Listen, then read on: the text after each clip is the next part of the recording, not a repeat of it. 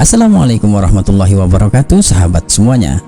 Tahun 1979, seorang ayah membuat keputusan untuk meninggalkan rumahnya di Suriah dan akan memulai kehidupan baru di Amerika Serikat. Sang ayah pergi ke Amerika Serikat terlebih dahulu, menuju California, kemudian disusul dengan istri dan anak-anaknya.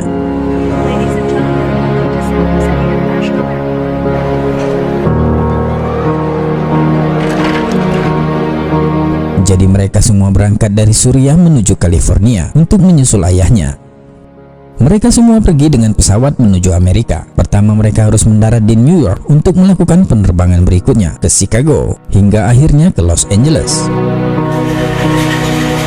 Penerbangan mereka American Airlines 191 transit di New York.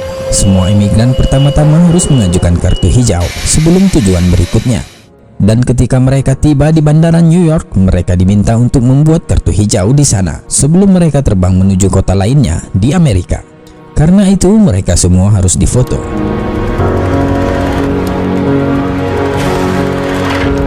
Setelah ibu dan saudara-saudaranya tiba lagi giliran Hala Atiq untuk difoto.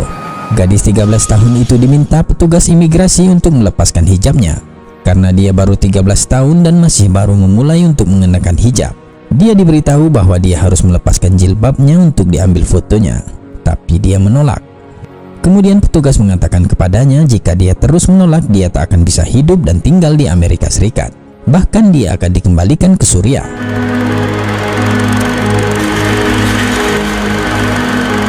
Ibu Hala Atiq memohon dan menyuruh Hala untuk melakukan apa yang disuruh petugas imigrasi itu, tapi Hala terus menolak. Tidak peduli berapa banyak orang yang Anda panggil, saya tidak akan melepaskan jilbab saya untuk foto ini, ujar Hala. Sekarang pikirkan tentang keluarga ini yang telah melakukan perjalanan ke setengah dunia dan telah menghabiskan hampir seluruh tabungan hidup mereka untuk melakukan perjalanan ini. Dia hanya perlu melepas jilbabnya hanya untuk satu foto kecil ini saja, namun Hala tetap menolaknya. Berulang kali dan terus-menerus, petugas memaksa Hala untuk melepaskan hijabnya karena aturan di sana. Tapi Hala terus menolak. Kemudian petugas memanggil supervisor dan membawanya ke ruang belakang dan menginterogasinya selama 3 jam. 3 jam yang menyakitkan untuk membuatnya menyerah dengan tekanan yang sangat tinggi. Hala Atiq terus ditekan untuk melepaskan jilbabnya dan diancam akan dipulangkan ke Suriah, tetapi dia tetap menolak hingga saat terakhir. Akhirnya petugas menyerah dan mengizinkannya untuk difoto dengan menggunakan jilbab. Dan inilah foto paspor Hala Atiq saat mengajukan kartu hijau, masih mengenakan jilbabnya.